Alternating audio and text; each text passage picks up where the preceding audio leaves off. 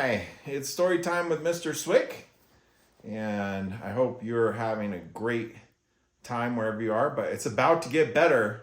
So I'm going to introduce you to one of my favorite authors, books, stories, series. There's a whole bunch of books in the series. Hank the Cowdog.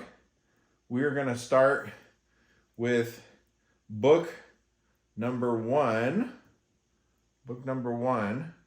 The Original Adventures of Hank the Cowdog. So this is the first book in the series. So if you're the kind of kid or even adult, maybe an adult is watching this too because it's so funny. If you're the kind of kid, or let's just say you're the kind of reader that likes to read the first book first, today is your lucky day because this is the first book in the series, The Original Adventures of Hank the Cowdog. The author is John R. Erickson, and the illustrator is Gerald L. Holmes. And this is Story Time with Mr. Swick and Friends is the name of the YouTube channel. So hopefully you'll bookmark it and come and visit with us often. This is The Original Adventures of Hank the Cowdog. Now, I have to tell you, I met this author and got to shake his hands and tell John R. Erickson that my kids really, and myself really enjoyed and loved his stories. And he is like a real cowboy. In fact, you can even get the read alouds done by the author. And he even, when he has a song, like the coyotes are singing in the book, he even sings the song and plays the guitar, I believe. Yeah, he does. Pretty cool. Anyways, I think you'll like it. I will try to read it with an accent, even though I'm not a Texas guy of my own. I'm kind of a California kid myself. I will do my best to make it fun for you. So, and this book is dedicated to the memory of the author's mother and father, Annabeth and Joseph Erickson. It has this book, the table of contents comes at the beginning of a book, like right after the title page and the dedication, and it tells what's in the book. And this book has 12 chapters. The chapters are Chapter 1, Bloody Murder. Chapter 2, Quills, Just Part of the Job. Chapter 3, An Enormous Monster. Chapter 4, The Boxer. Chapter 5, Another Bloody Murder. Chapter 6, Buzzards. Chapter 7, True Love. How perfect for February and Valentine's Day coming up. Chapter 8, Hank Runs a Bluff. Chapter 9, Me, Just a Worthless Coyote. Chapter 10, Aged Mutton. Chapter 11, The Attack on the Ranch. And Chapter 12, you probably don't want me to read it to give it away. No, just kidding. Chapter 12 is the exciting conclusion. Doesn't even give it away except for to say that it's exciting. So, I think today I probably have time to read, I don't know. Let's try 3 or 4 chapters. You might get lucky and get a bonus chapter, okay? All right. Chapter 1, Bloody Murder. It's me again, Hank the Cowdog. I just got some terrible news. There's been a murder on the ranch. I know I shouldn't blame myself. I mean, a dog is only a dog. He can't be everywhere at once. When I took this job as head of ranch security, I knew that I was only flesh and blood. 4 legs, a tail, a couple of ears, a pretty nice kind of nose that the women really go for, 2 bushels of hair, and another half bushel of Mexican sandburrs. You add that all up and you don't get Superman, just me, good old easygoing Hank, who works very hard, tries to do his job, and gets very little cooperation from anyone else around here. I'm not complaining. It sounded kind of like he was complaining, huh? I knew this wouldn't be an easy job. It took a special kind of dog. Strong, fearless, dedicated, and above all, smart. Obviously, Drover didn't fit. The job fell on my shoulders. It was my destiny. I couldn't escape the broom of history that swept through. Anyway, I took the job. Head of ranch security. Gee, I was proud of that title. Just the sound of it made my tail wag. But now this, a murder, right under my nose. I know I shouldn't blame myself, but I do. I got the report this morning around dawn. I had been up most of the night patrolling the northern perimeter of ranch headquarters. Now, for those of you with the math that know, perimeter measures around the edge, so like around the fence line of the ranch. For those of you city folk kids, a perimeter, well, some of you that know your geometry, perimeter measures around the outside. Sorry, got sidetracked by perimeter there. Let me back up. I got the report this morning around dawn. I had been up most of the night patrolling the northern perimeter of ranch headquarters. I had heard some coyotes yapping up there, and I went up to check it out. I told Drover where I was going, and he came up lame all of a sudden. Said he needed to rest his right front leg. I went alone, didn't find anything. The coyotes stayed out in the pasture. I figured there were 2, maybe 3 of them. They yapped for a couple of hours, making fun of me, calling me ugly names, and daring me to come out and fight. Well, you know me. I'm no dummy. There's a thin line between heroism and stupidity, and I try to stay on the south side of it. I didn't go out and fight, but I answered them bark for bark, yap for yap, name for name. The coyote hasn't been built who can out-yap Hank the Cowdog. A little before dawn, Loper, one of the cowboys on this outfit, stuck his head out the door and bellowed, "Shut up that yapping, you idiot!" I guess he thought there was only one coyote out there. They kept it up, and I gave it back to them. Next time Loper came to the door, he was armed. He fired a gun in the air and squalled something about how a man couldn't sleep around here with all the dag noise. I agreed. Would you ever believe it? Them coyotes yipped louder than ever. And I had no choice but to give it back to them. Loper came back out on the porch and fired another shot. This one came so close to me that I heard the hum. Shoo! Loper must have lost his bearings or something, so I barked louder than ever to give him my position and, to let him know that I was out there protecting the ranch. The next bullet just darn near got me. I felt the wind of it as it went past. That was enough for me. I shut her down for the night. If Loper couldn't aim any better than that, he was liable to hurt somebody. I laid low for a while, hiding in the shelter belt, until I was sure the artillery had gone to bed. Then I went down for a roll in the sewer. Why do dogs like to do things like that? Ew. Cleaned up, washed myself real good, came out feeling refreshed and ready to catch up on my sleep. Trotted down to the gas tanks and found Drover curled up in my favorite spot. I growled him off of my gunny stack. "Beat it, son. Make way for the night patrol." He didn't want to move, so I went to sterner measures, put some fangs on him. That moved him out, and he didn't show no signs of lameness either. I have an idea that where Drover is lamest is between his ears. I did my usual bedtime ritual of walking in a tight circle around my bed until I found exactly the spot I wanted. You may see your dog do that where you've seen a dog that goes around in circles a bunch of times before he lays down. Until I found exactly the right spot I wanted. Then I flopped down. Oh, that felt good. I wriggled around and finally came to rest with all 4 paws sticking up in the air. I closed my eyes and had some wonderful twitching dreams about...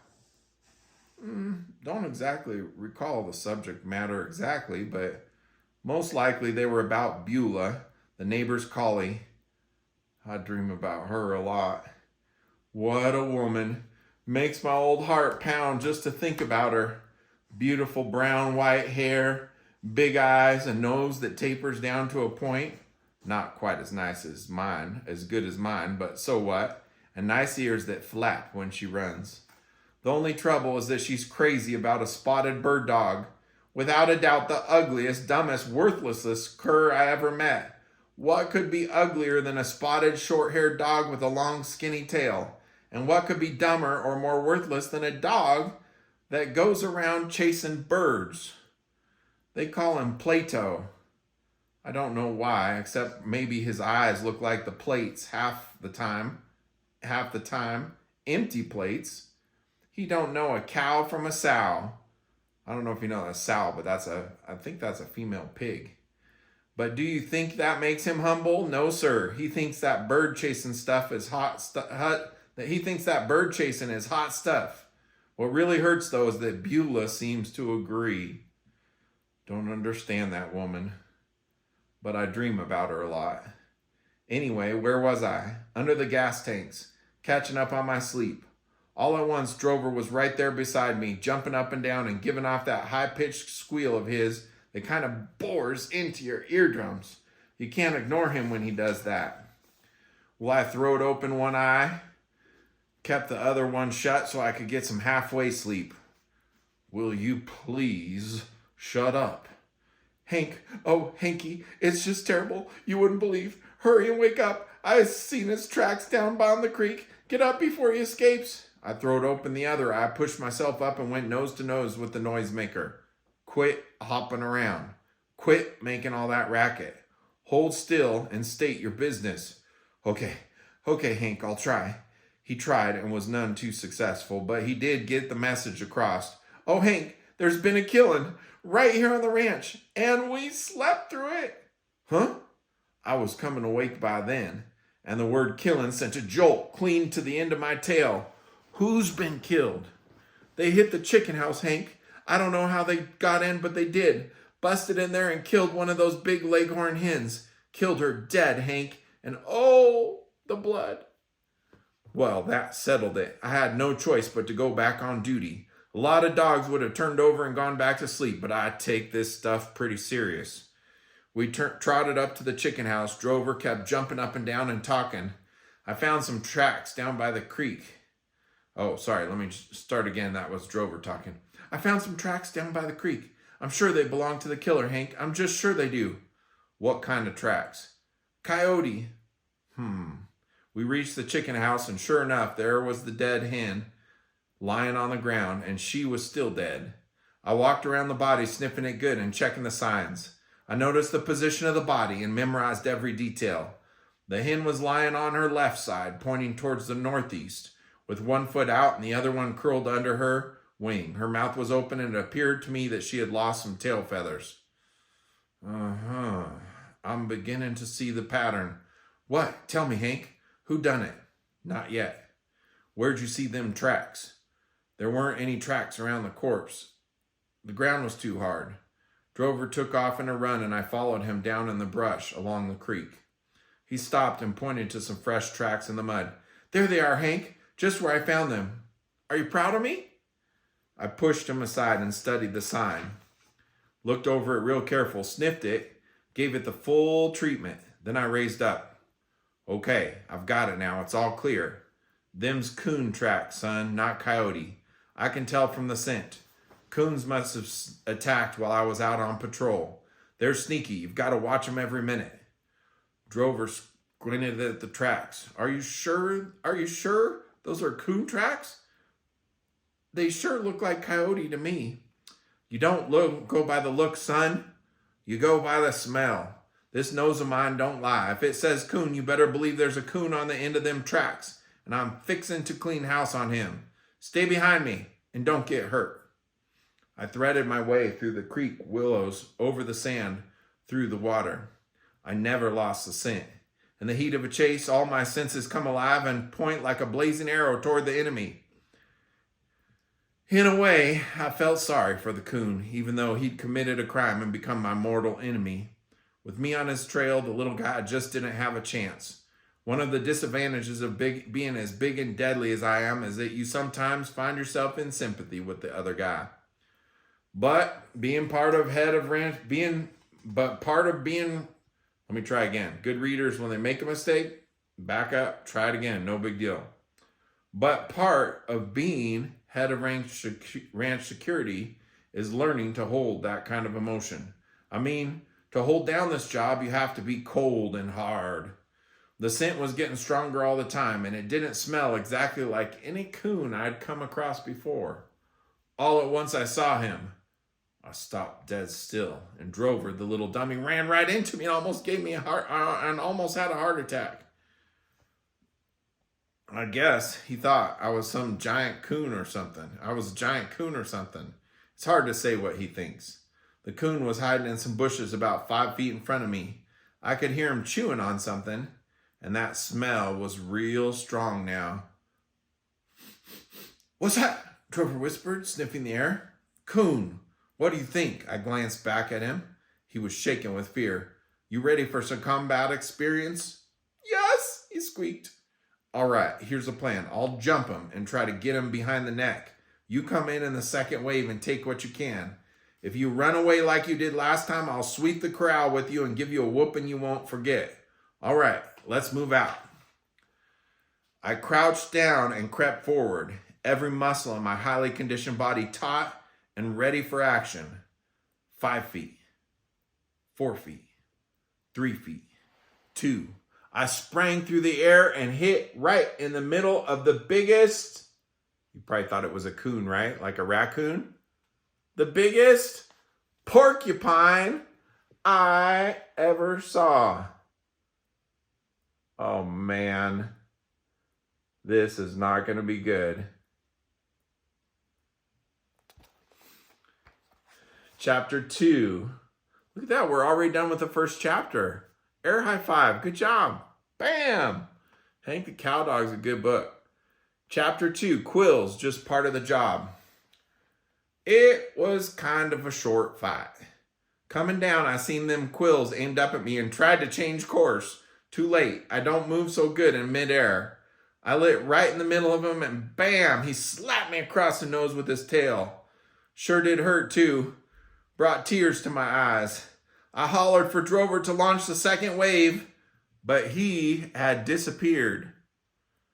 Porcupine took another shot at me, but I dodged, tore up half an acre of brush, and got the heck out of there. As I limped back to the house on pincushion feet, my thoughts went back to the murder scene and the evidence I had committed to memory. It was clear now. The porcupine had had nothing at all to do with the murder because porcupines don't eat anything but trees. Drover had found the first set of tracks he had come to and started hollering about the coyotes. I had been duped into believing the runt. Yes, it was all clear. I had no leads, no clues, no idea who had killed the hens. What I did have was a face full of porcupine quills and as well as several in my paws. I limped up to the yard gate. As you might expect, Drover was nowhere to be seen. I sat down by the gate and waited for Loper to come out and remove the quills. A lot of dogs would have set up a howl and a moan. Not me. I figured that when a dog got to be head of ranch security, he ought to be able to stand some pain. It just went with the territory. So I waited and waited, and Loper didn't come out. Them quills was beginning to hurt. The end of my nose throbbed, felt like a balloon. Made me awful restless, but I didn't whine or howl. Pete, the barn cat, came along just then, had his tail stuck straight up in the air, and was rubbing along the fence coming my way. He had his usual dumb cat expression, and I could hear him purring. He came closer. I glared at him. "Scram, cat." He stopped, arched his back, and rubbed up against the fence. "What's that on your face?" "Nothing you need to know about." He rubbed and purred, then reached up and sharpened his claws on a post. "You sure look funny with all those things sticking out of your nose." "You're gonna look funny if you don't run along and mind your own business. I'm not in the mood to take any of your trash right now." He grinned and kept coming. Started rubbing against my leg. I decided to ignore him. Look the other way and pretend he wasn't there. Sometimes that's the best way to handle a cat. Let him know that you won't allow him to get you stirred up. You have to be firm with cats. Give him the slightest encouragement and he'll try to move in and take over. Pete rubbed and purred. I ignored him. Told myself he wasn't there. Then he brought that tail up and flicked it across the end of my nose. I curled my lip and growled. He looked up at me and did it again. It tickled my nose, made my eyes water. I had to sneeze. I tried to fight it back, but couldn't hold it in.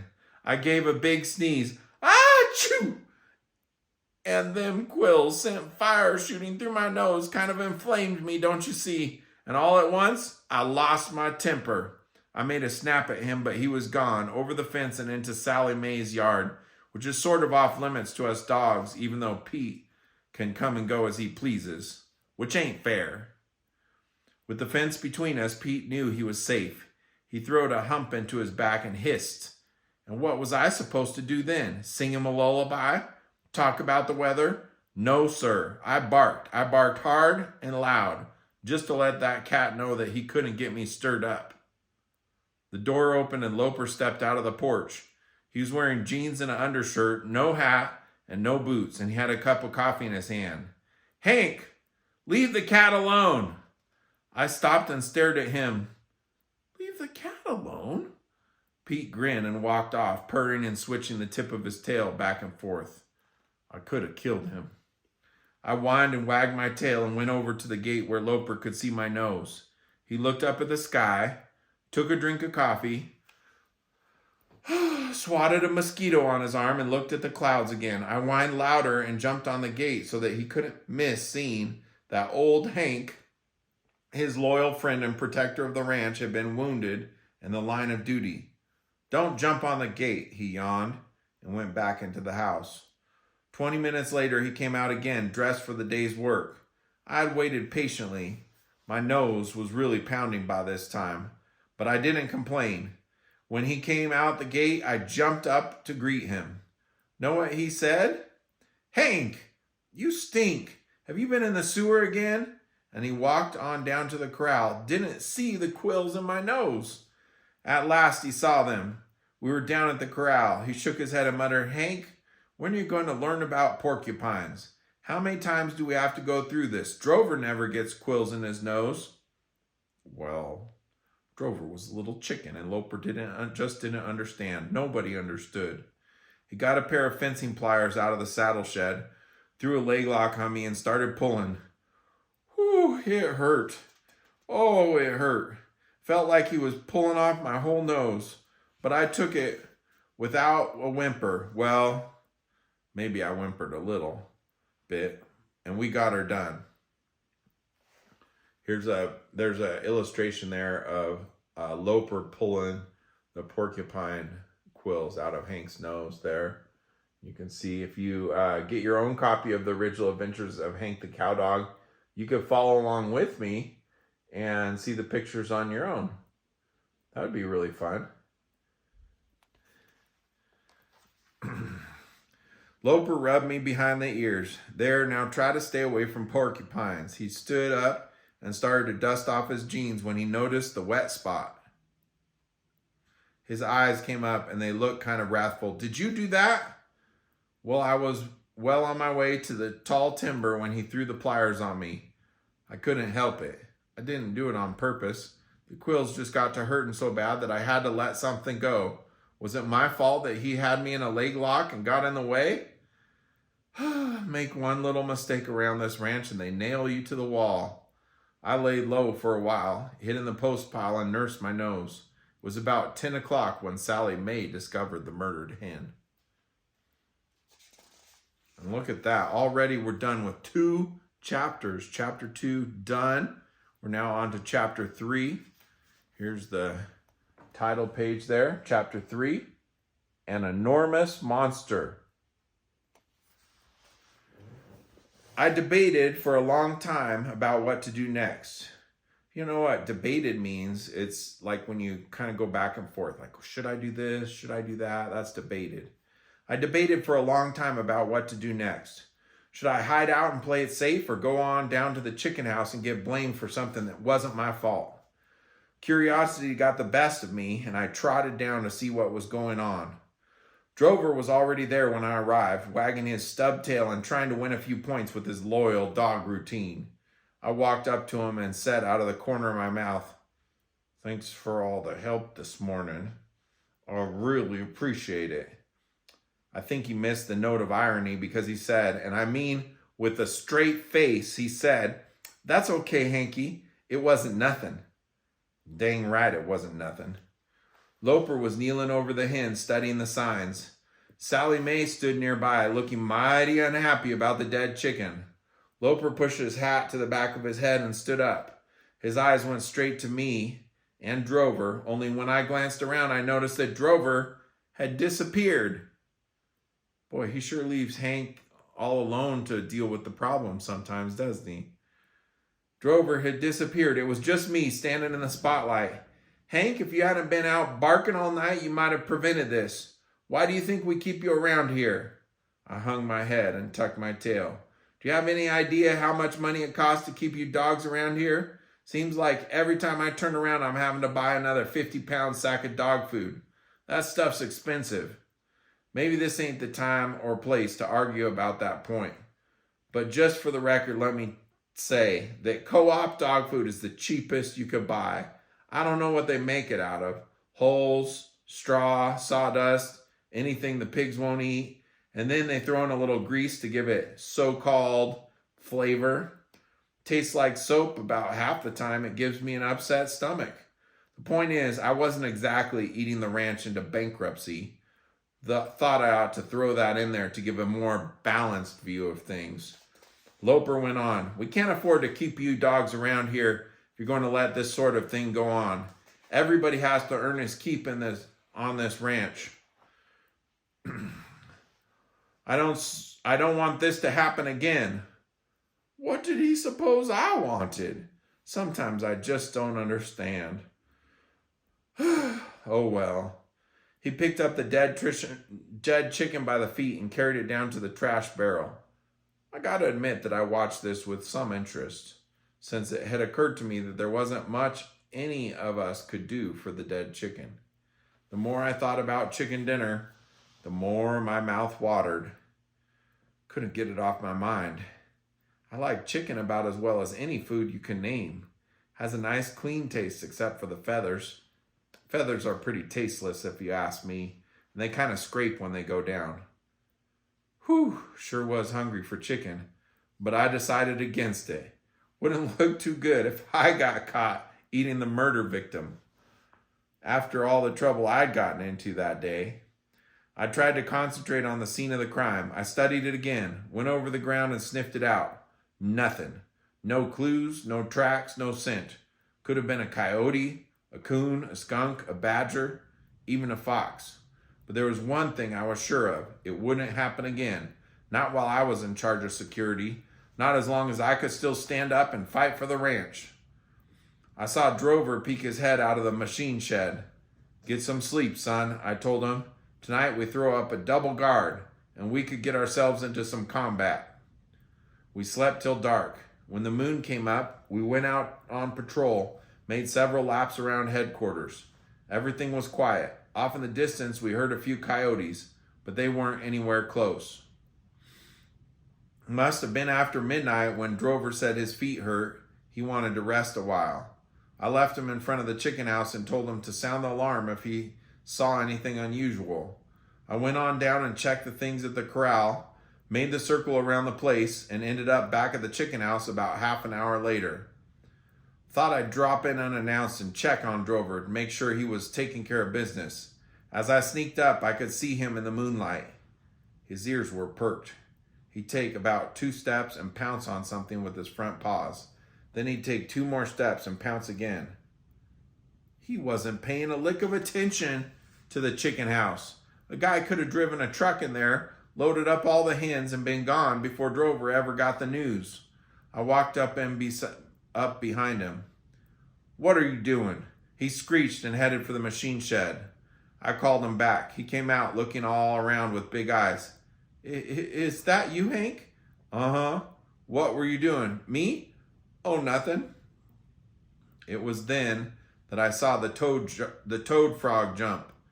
Playing with the toad frog on guard duty when we got a murderer running around loose? He hung his head and went to wagging that stub tail of his. I got bored, Hank. Sit down, son. Me and you need to have a serious talk. He sat down and I marched back and forth in front of him. Drover, I'm really disappointed in you. When you came to this ranch, you said you wanted to be a cow dog. I had misgivings at the time. I mean, you didn't look like a cow dog, but I took you on anyways and tried to teach you the business. Can you imagine how it breaks my heart to come up here and find you playing with a dadgum toad frog? His head sank lower and lower, and he started to sniffle. If you had gone into any other line of work, playing with a frog would be all right.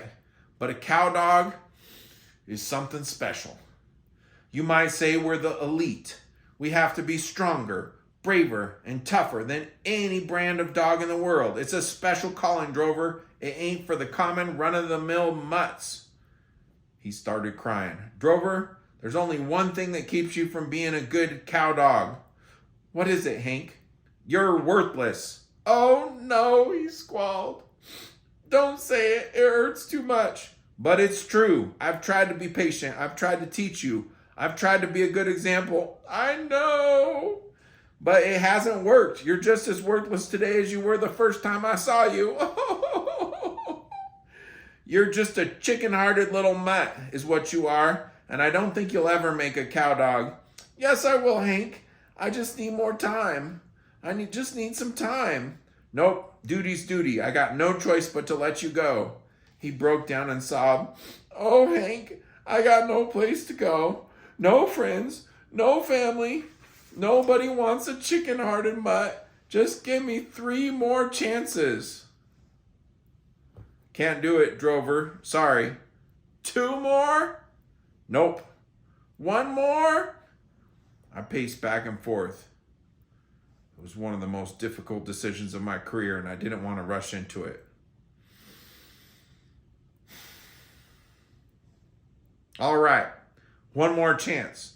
But 1 more dumb stunt and you're finished. And I mean forever. Now dry your eyes, shape up, pay attention to your business, and concentrate on being unworthless. Okay, Hank. He started jumping up and down and going around in circles. You won't be sorry. No more frogs for me. I'll guard that chicken house and give my life if necessary. That's the spirit. I'm going to make the rounds again. If you see anything suspicious, give a holler. I started off on my rounds and left him sitting in front of the chicken house door. I was down at the feed room checking for coons when I heard him sound the alarm. I turned on my incredible speed and went tearing up the hill. I have several speeds, don't you see? Slow, normal, and incredible. I saved the last one back for special emergencies. When I turn on the incredible speed, I appear as a streak of color moving across the ground. Anything that gets in my way is knocked aside, often destroyed. And I'm not talking about little stuff either. I mean trees, posts, big rocks, you name it. As I was streaking up the hill, I met Drover. Hank, I seen him. He's up there, by gosh. I had to slow down. Give me a description. Big, Hank, and I mean big, huge, enormous, black and white, gigantic tail that wishes through the air, long pointed tongue that flicks out at you, and horns growing out of his head. Good grief, I whispered. What is it? It's a monster, Hank. A genuine monster. I stopped to think it over. I never tangled with a monster before. You think I can whip him? I don't know, Hank, but if anybody can, it's you. You're right. Okay, here's the plan. I'll go in the first wave, make the first contact. We'll hold you in reserve. If I holler for help, you come running in there, get in there with them teeth of yours and bite something. Got that? I got it. I took a deep breath. And Drover, if I don't come back from this one, you'll have to go on alone. Take care of the ranch and be brave. It was kind of a touching moment. Me and Drover standing there in the moonlight just before the big battle. I said goodbye and loped up the hill. I stopped and peered into the gloom. At first, I couldn't see anything. But then my eyes fell on a huge shadowy thing standing right in front of the chicken house door. Drover hadn't exaggerated. It was a horned monster, all right, and he was fixing to bust down the door and start killing chickens. I didn't have a moment to waste. It was now or never. Him or me. Glory or death. I bared my fangs and attacked. First contact was made only a matter of seconds after I launched the attack. The monster must have heard me coming because he kicked the tar out of me and sent me rolling. I leaped up and charged in again, but this time I made it through, sank my teeth into him and gave him a ferocious bite. He slung me around, but I hung on. Whew, he was big all right, big as a house. I figured he stood, 14 feet tall at the shoulder, had 3 eyes, a long forked tongue, and a tail with deadly stingers on the end of it. Also horns that glowed in the dark, and tusks. Did I mention that? Big long tusks growing out of the side of his mouth, the kind that could rip a dog to shreds. Green slobber dripped out of his mouth, and his eyes were red. All right. Now you're probably getting a little worried about this. Look at the shadow and see what you think the monster is. Could somebody be confused? It was a fight to the death. Come on, Drover, attack! I'll set up a howl to alert the house. I would need all the help I could get. I'll give Drover credit. He came tearing out of the weeds, yapping at the top of his lungs, and got within 3 feet of the monster before he veered off and headed for the machine shed. The lights came on down at the house. The door slammed, and I heard Loper running toward me. I hoped he had the gun. I was getting beat up and tired. I wasn't sure I could keep up the fight much longer. The gun exploded, lit up the night. The monster ran, and I started after him, ready to give him the coup de grace, as we say, but Loper called me back. I figured he didn't want to risk losing the head of ranch security, which seemed pretty sensible to me. So I went back to him, limping on all 4 legs at once because they all hurt, and so did everything else. Wagging my tail, I went up to him, ready for my reward. I didn't get no reward. To make a long story short, Drover had sent me into battle against the milk cow, and I got cursed for it.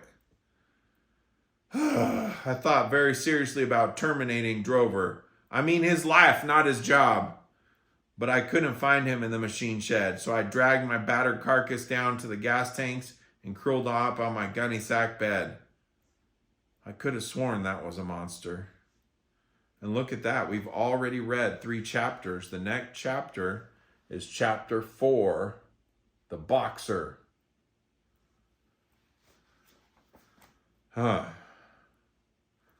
Well, I think I need a little water. I'm trying to decide, should we be done? Or would you like one more bonus chapter? Chapter 4 too? All right, it's a deal. I hope you have your own copy so you could keep reading or have someone read to you after chapter 4. I'll read you chapter 4 though. Chapter 4, The Boxer. Now there's different kinds of boxers. There's boxers that like fight by punching, but I believe this kind of boxer is a breed of dog, which is a kind of dog called a boxer. So then there's the boxers that people wear as underwear. I'm pretty sure it's not talking about that. Let's find out what kind. So there's 3 different meanings. The word boxer could have different meanings. So let's find out which one this is. I slept late the next morning. To be real honest about it, I didn't wake up till sometime in the early afternoon. Guess all that monster fighting kind of wore me down. What woke me up was the sound of the flatbed pickup rattling down up to the gas tank right in front of my bedroom. Loper got up and started filling the pickup. He looked at me, gave his head a shake, and said something under his breath. I tried to read his lips, but couldn't make out what he said. Probably wasn't the Pledge of Allegiance. Slim went around the front of the pickup and opened up the hood. I was just getting up right in the middle of a nice stretch when I heard him say, "Hank, come here, boy."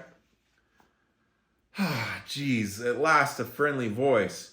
How long had it been since someone had spoken to me in a kind voice? In my job, nobody ever says a word when you do something right, only when you make a mistake. And then you hear plenty about it. How many of you have felt that way before, where like you're always hearing about it when you're messing up and you're never hearing about it when you're doing good? Sometimes I know how Hank the Cowdog feels. I trotted around to the front of the pickup. Limped, actually, because I was pretty stove up from the battle. Wagged my tail and said howdy. Slim bent down and rubbed me behind the ears. "Good dog," he said. Oh, good dog. I just melted on those words, rolled over on my back and kicked all 4 legs in the air. It's amazing what a few kind words and a smile could do for a dog. Even as hard-boiled as I am, which is something you have to be in my line of the work, I respond to kindness. Slim rubbed me in that special place at the bottom of my ribs, the one that somehow hooked up to my back leg. I've never understood the mechanics of it, but if a guy scratches me there, it makes my back leg start kicking. Slim scratched and I kicked. Felt good and made old Slim laugh. Then he told me to sit. I sat and tried to shake hands. Shaking hands is one of the many tricks I've learned over the years, and I can usually count on it to delight an audience of people. But Slim didn't notice. He reached under the hood, pulled out the dipstick, and wiped it off on my ear. Good dog. And that was it. I waited around for some more scratching or handshaking, but he seemed to forget that I was there. He slammed the hood and stepped on my paw. Oops, sorry, Hank. Get out of the way. The sweet moments in this life are fleeting. You have to enjoy them to the fullest when they come, before some noodle steps on you and tells you to get out of the way. Slim and Loper got into the pickup, and Loper said, "Don't you dogs try to follow us." He gunned the motor and pulled away from the gas tank. Drover suddenly appeared out of nowhere and hopped up into the back of the pickup. "Come on, Hank, we're supposed to go." In the back of my mind, I knew that wasn't right, but I didn't have time to think about it. I chased the pickup until it slowed down for the big hill in front of the house and jumped up in the back. "Where are we going?" I asked. Drover gave me that famous empty-headed look of his, the one where you can gaze into his eyes and see all the way to the end of his tail, and there's nothing in between. "Beats me, but I bet we're going somewhere."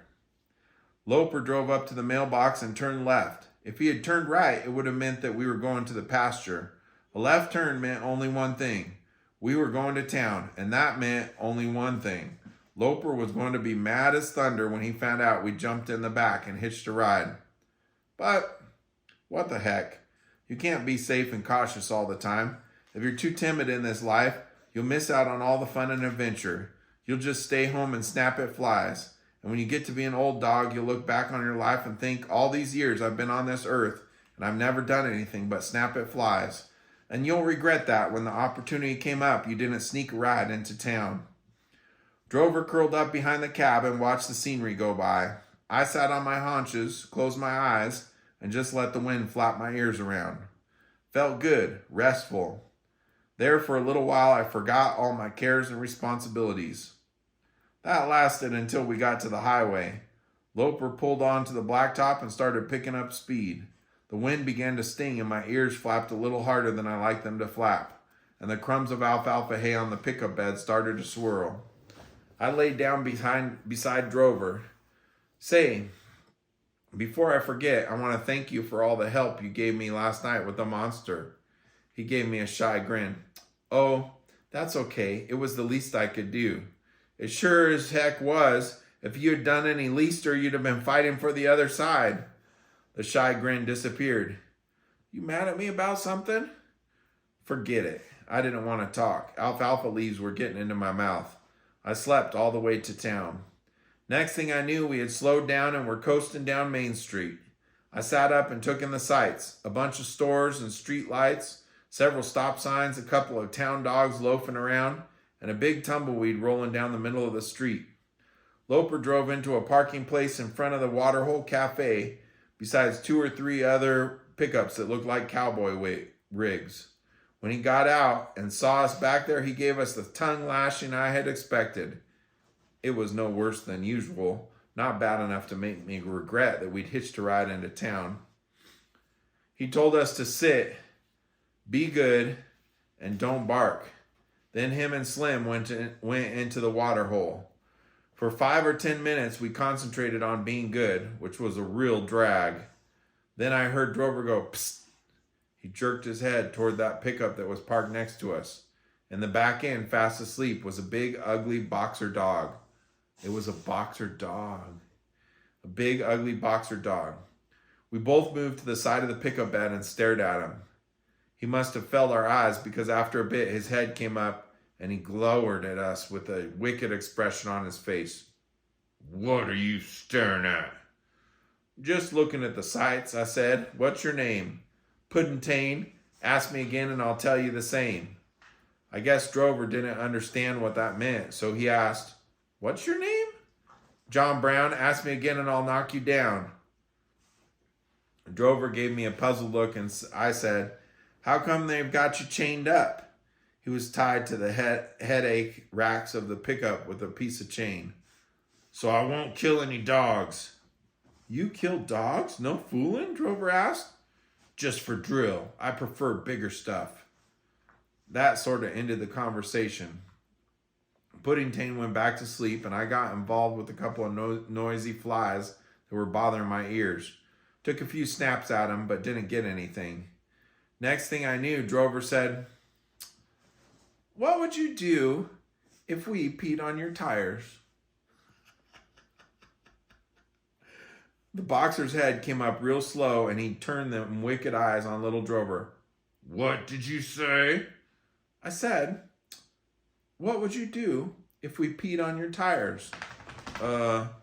Drover, it made me a little uneasy the way he talked about we. The boxer sat up. "I'd tear off your legs and wring your neck." "But, how could you do that when you're chained up?" "Drover." The boxer lifted one side of his mouth and unveiled a long set of white teeth. "I'd bust the chain." "It looks pretty stout to me." "Drover." "It ain't stout enough." "Just curious," said Drover. Big and Ugly went back to sleep, and I got back to them flies. One of them was big and green, also a little slow on the draw. I waited for my shot and snapped. Got the little booger. Then I had to spin him out real quick. Boy, did he taste foul. Seemed to me I heard water running somewhere. I glanced up and saw Big and Ugly's head come up. He'd heard it too. Drover had just wiped out the left rear tire and was going to the front one. Seemed to me this was poor judgment on Drover's part. The boxer sprang to his feet.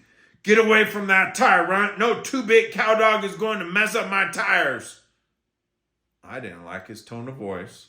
I got up and wandered to the side of the pickup. "Say there, partner, maybe I didn't hear you right. You weren't suggesting that there's any two-bit cowdogs around here, were you?" "I ain't suggesting, buddy. I'm saying you're a couple of two-bit cowdogs." "Do you mean that as an insult or a compliment?" "Cowdog don't mean one thing to me. Don't mean but one thing to me. Sorry and two-bit." I took a deep breath. "Oh dear, Drover, the dust does seem kind of bad all of a sudden. Why don't you wet down that other tire?" He grinned, hiked up his leg, and let her rip. The boxer went nuts when he saw that. All at once, his fangs were flashing in the sunlight. He lunged against the chain and started barking. Big, deep roar of a bark, so loud you could feel it bouncing off your face. There's a illustration here. Illustration is just a fancy word for picture.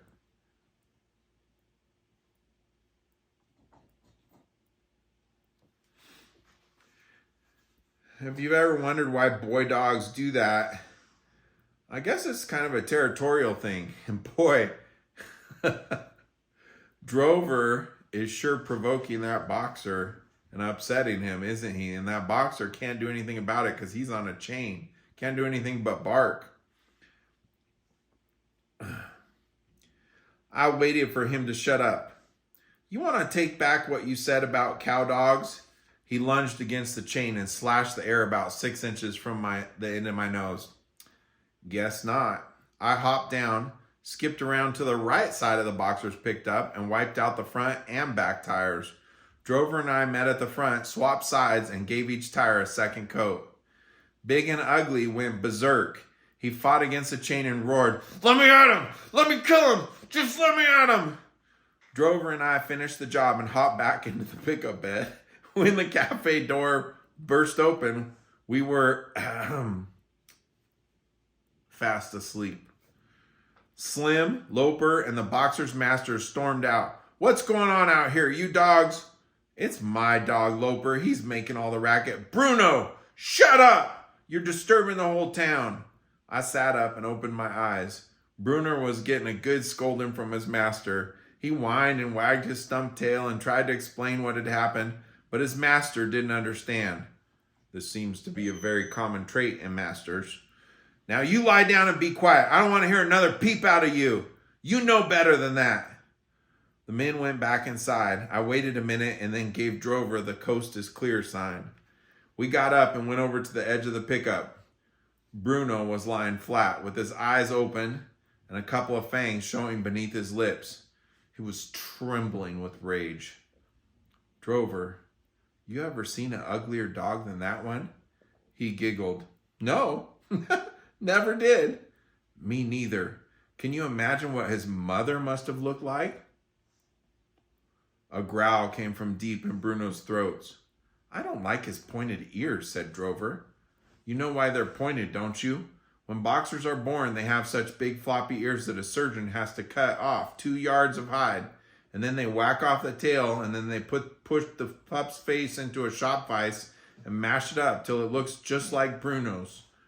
No kidding? Yep, and as you might expect, it affects the brain too. Mashes it down to the size of a dog biscuit.